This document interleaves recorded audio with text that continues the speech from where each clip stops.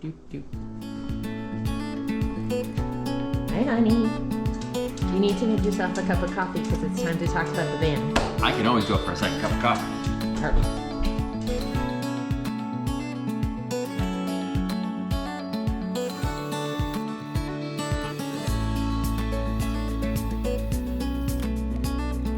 We just bought a van.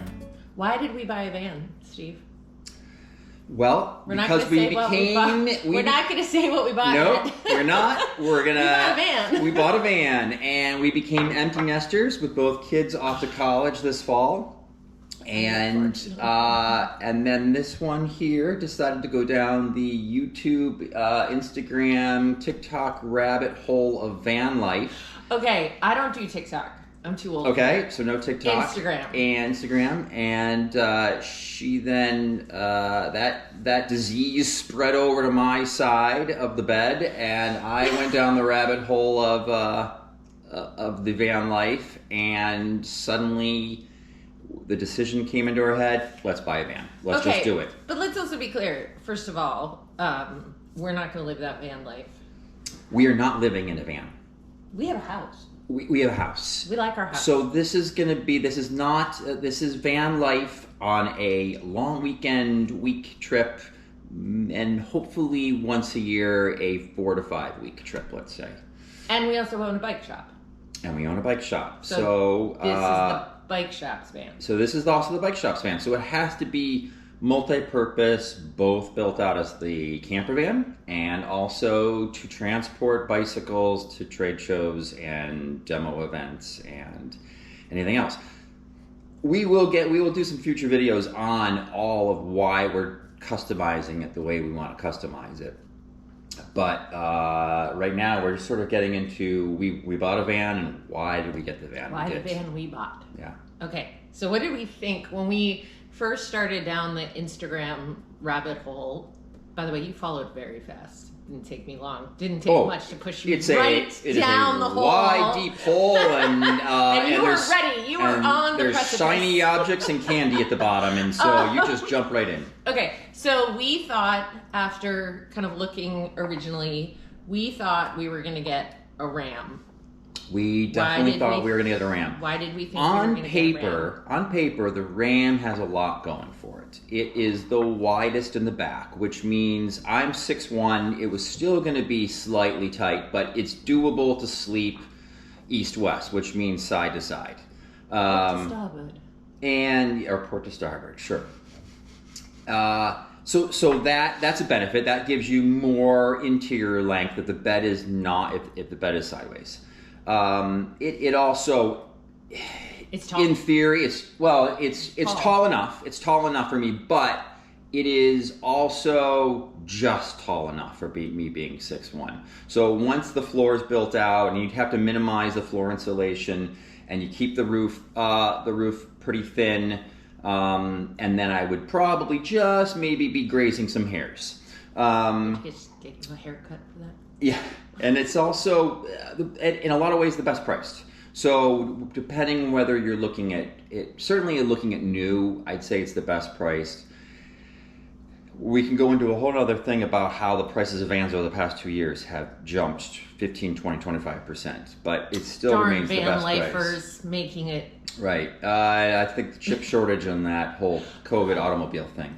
I would say with the current conditions coming now that prices are probably going to come down and there's more deals to be had. But okay, but before we get into so that was the Ram. That was the Ram. There are like three options. The Ram, the Ram, the Ford Transit, or the Mercedes Sprinter. Those are really your three options that everybody's picking for van life. And why didn't we look at Ford? So we will rule out the Ford right away, and only because here in the fall of 2023, there weren't any. We would need a high roof. Plenty of medium roofs out there, but medium roof is not tall enough. I think you can be 5'9" and build it out and be okay in a medium roof. And high roofs are a lot harder to find. And when I did a search for high roofs, new or used, there was one within 150 miles. One.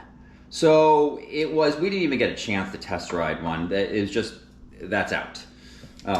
And then the other big option is the Mercedes Sprinter. And at first we didn't even think about that. Why didn't we think about a Sprinter? Do we just assume they'd be too expensive? I think maybe there was an assumption to be too expensive, and I really the things on the ProMaster. So the ProMaster, besides the sleeping and the price, it also is sort of a Goldilocks length. So it's a decent length where you can fit a lot of stuff into it, but it still fits in sort of a regular parking spot. It still goes into your driveway fine. It's a little bit easier to live with lengthwise. So again, on paper, the Ram seemed like the way to go, and that's why. And the Mercedes high roof, the 170 wheelbase. So they make two wheelbases in the Mercedes, the 144 and the 170. The 144, which you find like the Winnebago Rebel, very popular off-road, pre-built camper van, but it's a little small. Well, for what we want. So just so we're clear, we needed, so it's the two of us. We do have two children, grown children, but they're in college. So we would want to take them on vacation, or if we want to cart them around, or even just if we want to bring friends on a road trip. Right. We wanted to be able to put two seats in the back. Yep. So seating for 4 adults. Seating for 4 adults. We want to put in a bed, a potty closet, a kitchen, and we want a big bed, and a bathroom, and 4 bikes inside. In the garage. Correct. And that just 144 is out with that. So we had to go for and the Sprinter 170 high roof is a big van. If you go to the grocery store and you park it, you're taking up 2 space. You have to park in the back, which is fine. And spreading around the park. And your tail is going to be sticking way into the space behind you. So you're taking up a couple. Okay, so that's why we thought we were going for a van. Yeah. So then we looked at our first one. Yeah, so near home. We looked at one like a block. We did. We looked at one about a mile away. I used ProMaster, and the thing about ProMasters is they are definitely very popular, especially around here in New England with contractors. So if you're looking at used ones, have they been beaten around? So and that's it's just more work to put in to get the van ready for your build, but obviously we also, at the time, did not see a lot of price difference between high mileage beaten up ones and lower mileage non-beaten up ones, and quite frankly close to new prices. Right. So we test drove that first ProMaster, which was it was in rough shape, well worn, and that was actually the first time I'd ever been behind the wheel of a van. And any van of that kind of size, yes. Yeah, I guess. Yep. And so that was like, okay, this isn't too bad to drive, actually. This is fine, but this one is not it, because this is rough. You could just tell. You liked that it was not white. I know that was one thing. Yeah, I really did not want. I did not want a white van. There's so many that are leased, and all so many are contractors. They get white ones. Yep. You weren't psyched about white, and this one was black, so that had like the added, but it was in. It was in rough shape. And they also had no gas in it when we had to try it. So that was very nerve-wracking. Right. It said like empty gauge. And so, okay. So fast forward. But that sort of then just accelerated our, let's do a van. Let's get a van. And the new prices on vans were a little out of touch. We didn't want to rule out new if it made sense, but we were definitely skewing towards used. So we then found... around this time also, and we'll give credit to my dad on this one, because he was like, you're not looking at Sprinters at all? And we really weren't. We were just looking at Rams. Focused on Rams. Sprinters at all. Mm-hmm. So I was like, he's right. We should at least test drive a Sprinter, just so we have an idea. So we had one weekend where we could go try a brand new Ram and a used Sprinter. Right. So we went to a Ford dealership, actually, who had a 2018 Sprinter 170 high roof. It was So in a V6 diesel. So the 2018 was the last year of the last generation Sprinter, and it had basically, if you want to call it the largest engine that Mercedes has done, the V6 diesel. And so we test drove that, and that went really well. It was a little beaten up, but we liked the drive. Actually, it was in remarkably good condition for it only had 28,000 miles for 2018. Yeah. Actually, very clean inside. A few dents and dings, but not. Some of them we were going to cut out. Yeah, some of them we were going to cut anyway with windows. And it was a cargo van. It was used by an electrical company. But it was construction. We could see could see they had peeled the vinyl off, but if you wore your polarized sunglasses, you could see the old name. You could see the old name. But they really didn't scuff up the interior of the van that much. So that dealership was an urban setting, and we were driving down very tight, narrow, urban residential roads in this big van. Again, now this is the biggest van I've ever driven, and it was remarkably nimble, and it was smooth, and we then popped on the highway, and it accelerated nice, and everything about it was great. And we came back, and we were like, I think this could be a really solid choice. We need to start looking at Sprinters as well as ProMasters. Yeah, first we decided, we went from there. We're like, that was surprising. Now let's go check out the brand new Ram. 2023 ProMaster. And we actually looked at a really nice one. It was black. It had all the windows. It had the whole 10-inch head screen in it with the stereo, all of the 360 lot of bells and 360 camera, a lot of bells and whistles, and very, very good, well equipped for van purposes, for build out, like a little bit overkill for a contractor, really. So, and the funny thing is, when we were looking at all these vans, the one feature you really wanted, which I guess is standard in the Sprinter, was cruise control. Which I didn't realize that was just like, I don't know, we just take that for granted now, but it kind of makes sense. So a contractor van wouldn't have, a van that's like tootling around locally doing deliveries or whatever wouldn't necessarily have cruise control.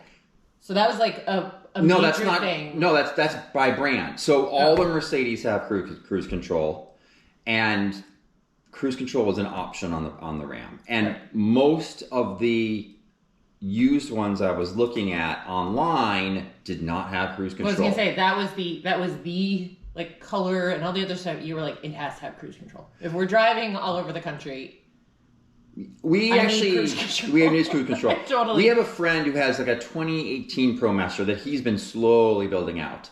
And apparently you can add cruise control. He did it, and I guess it failed halfway across the country on his way to Colorado. Just a stick that you put on the gas and then you... You're right. Right. Sorry. Okay, so we went and we tried the brand new, and these Rams were weird because they were in a weird build out. Like they were overbuilt for cargo. For contractors. So they had actually been on the they lot had for two identicals of this, and they had been on the lot for 4 months. Yes. And we were like, these are going nowhere, and they'll deal on these. So how did you like that drive?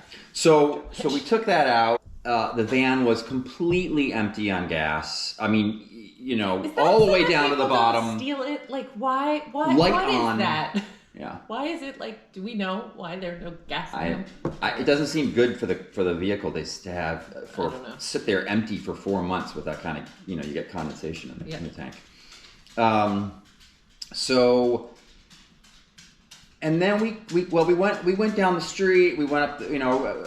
We did a little bit of a loop on that van, and we came back, and it was a meh. I guess is the best way to say it. We were something not right. Well, you were meh. So now my perspective in the passenger seat, I mean, they're all funny. It's a new position, right? Like if you haven't driven in a van, it feels almost like you're on the second story of a double-decker bus, right? Because they have this really nice big windshield so you can see out. But I found the Ram to be uncomfortable. Like, I don't know if it's because of where it is, where you sit above the wheelbase, how forward you are, but I really did not feel that comfortable in it. Where the Sprinter, I liked you're a little further back, the windscreen's configured a little differently, the dashboard's a little more up. You don't feel like you're going to go flinging yourself out the front. That is absolutely right. You were much more, you were more over the wheels, and you were more staring down at the road in the ProMaster. Yeah, so, I found it very uncomfortable. In both vans, you have very good presence of where the corners are. So they're actually easy to drive in that regard, because you know where the edges are. They're easy to maneuver through things. But yeah, you almost felt like you were about to just fall right out through the windshield onto the road on the ProMaster. Yeah, I really didn't like it. It was very uncomfortable. Right, and the seats weren't as comfortable, and it's sort of the passenger side didn't have an armrest on the ProMaster. And it had very little adjustments. And then I'm also tall, so there was kind of a weird how the headliner shelf was with me. Hi, Daisy. There's just something off, as you said. It wasn't, and that's just us again. Like, that's right. Lots of you're people looking out at a taller spot on the windshield as well. So, as we're driving home and we're kind of discussing the brand new ProMaster, it just sort of steamrolled, whereas, yeah, we didn't like it. We didn't like how it drives. So it offered these features we wanted on paper, but in the end, it didn't drive as well for us. So then what did we do? We did not do anything. I went about my life, and he started researching. Right. So then, the Ford...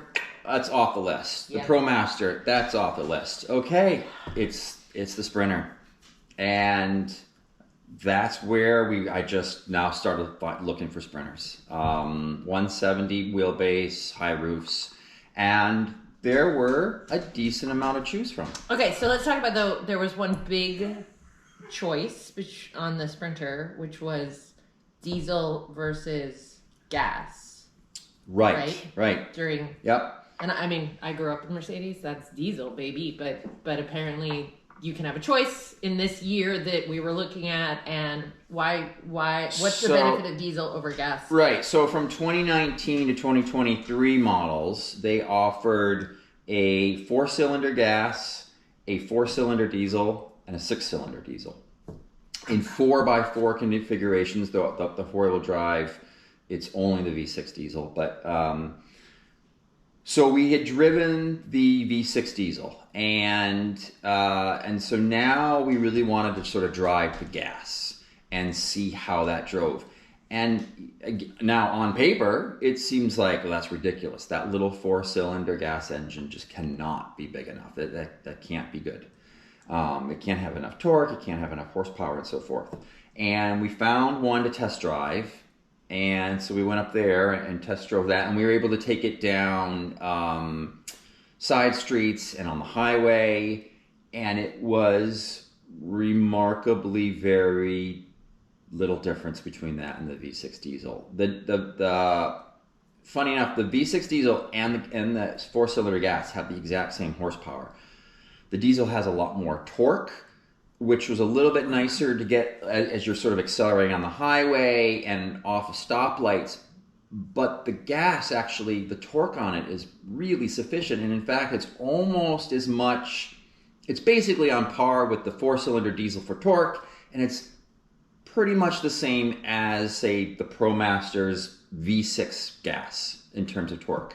And it was peppy. It popped right onto the highway, popped right out of the stoplights and the stop signs, and I was stunned. And I was like, and there were other things like idling, right? Like one was better. Well, so I've owned a Volkswagen diesel, and I love diesels, but the things with the diesels is you have to add now diesel exhaust fluid, DEF, and so that's added cost and a little bit of added maintenance. Diesels, while everybody says they will run for 1 million miles, and the engine itself will. There's a lot of now of exhaust gas equipment attached to these diesel engines that is complex and really, really costly to repair. And the engine itself has to go into what's called a regen mode every now and then. So if you were typically making short trips, it never has a chance to go into that regen mode. Then you can have problems with your emissions equipment. And because this is going to be my daily commuter as well, there could be weeks where I'm just making short trips. So there was a little bit of fear about maybe the diesel's not the right choice. And we were still not talking new, because a new Sprinter was well out of correct our price range, especially when we considered that we were going to have additional costs to build out. Right. We didn't really want or need much, and a lot of the things that we could do ourselves were not going to be so costly that we had to get those up front. But so we were still looking at, but even, you go onto the Mercedes-Benz website and you price out a brand new cargo van with just maybe a couple of the safety features. And yeah, it was around 58 to 60K. Okay. Yeah. Well, should we stop here and then we can show them what we got? Okay. So what you may be wondering, did we get? Okay, it's probably not too mysterious. But let's let, Daisy, do you want to show them? All right, let's show them.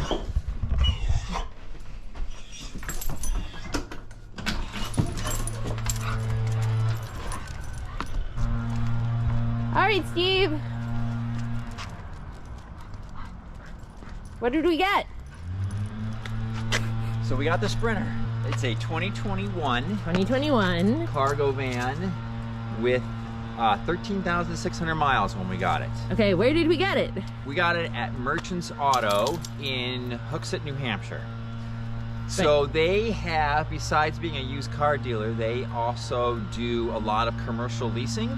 So they have a whole fleet across the country of Sprinters, Transits, and ProMasters that they lease out on short-term basis. So we do know, for instance, like when this was used as a temporary FedEx truck. So say a couple FedEx trucks are broken down in the shop and they need a couple extra trucks, they go through a company and lease a few extra vans. And so like and how do we know that? Because there were some FedEx tracking tags inside. There absolutely were, as well as a guide to how to drive safely in New England. Right. So that they were the safest delivery company on the planet. Okay, but it didn't look like this when we got it. So what have we done? So we have added striping for the bike shop in our colors. Okay. We have on the front and on the back, and we have some removable logos so we can go incognito should we be driving around the country. So we're testing those out right now. We added those cool things. We have added, as you can see, this was a cargo van, but we have added the windows. So we have a big window on each side and the two big back windows, and coming up soon will be the bunk windows up here for above the bed. Open her up. Show me what's inside. So what else is going on? Bare cargo van. We've started to mark out a few of the locations for the kitchen and the bathroom and the seats and so forth. But otherwise, it as bare as they come. All right. So what else have we done in this van? So I added this steering wheel from a higher end Sprinter, which is leather wrapped with stitched leather around the edge, and it also comes with the volume controls on the right. All the Sprinters, no matter how bare bones they are, come with the cruise control systems on the left, and then a blank plate on the right. So this steering wheel came with both sets of controls. How much did that cost? So this I got on eBay, and it was about $230, I believe. Okay. And this is your primary touch point. I'm going to be touching this all the time. I have never not had a leather steering wheel, and the few times I have, it just to sort of touching that just plastic urethane is this is good. This is good. You know. And what else did you do? And then we put in this. This came with the like most old school. Right. Yeah. Like the little single DIN size old school radio that you'd see in like a 1984 Toyota or something, right? But although it did have Bluetooth connectivity, so. But we took that out and got this big 10.5-inch Android head unit. It comes with the outer trim here as well, so not too bad to install. A little bit confusing, but really went right in. And when I put the steering wheel in, the volume controls did not automatically work with the stock factory stereo, but this has what's called a CAN bus controller included with it for Mercedes, and once this all went in, all of this instantly worked. Everything, the volumes, the home button, the control, the left, right, up, down control, so that gives us the phone activation, everything worked. So this gives us Apple Play, and so this gives us Apple CarPlay, navigation, which is safer. It gives us audio controls. It's infotainment unit. Yeah. So, and this has worked out really, really nice. Just super, super happy. This is your third you've installed. And this is the third one. I've installed 2 more in Volkswagens, and it was the easiest. There's so much room behind here that a lot of times the problem with installing these is stuffing the wires in, and there's just no problem with that here. So speaking of size, the other thing is we'll be putting some storage up here above. Yeah, we'll do a headliner shelf. We're gonna put the 2 seats right here. Cool. All right. We're gonna be doing videos where we talk about some of the stuff we've learned, like about putting the windows in and some of the decisions we make. But if you have any questions, as Steve said, you can follow us on Instagram at STBG Van Antics, and you can send us any questions you might have, and we'll try to answer them. Right? Right. I am drinking Yup Coffee Roasters from Florence, Mass. I picked this up while we were visiting the kids at UMass Amherst. So it was a local roastery out there, and I thought I'd try it. Very good. The sign is we really like coffee.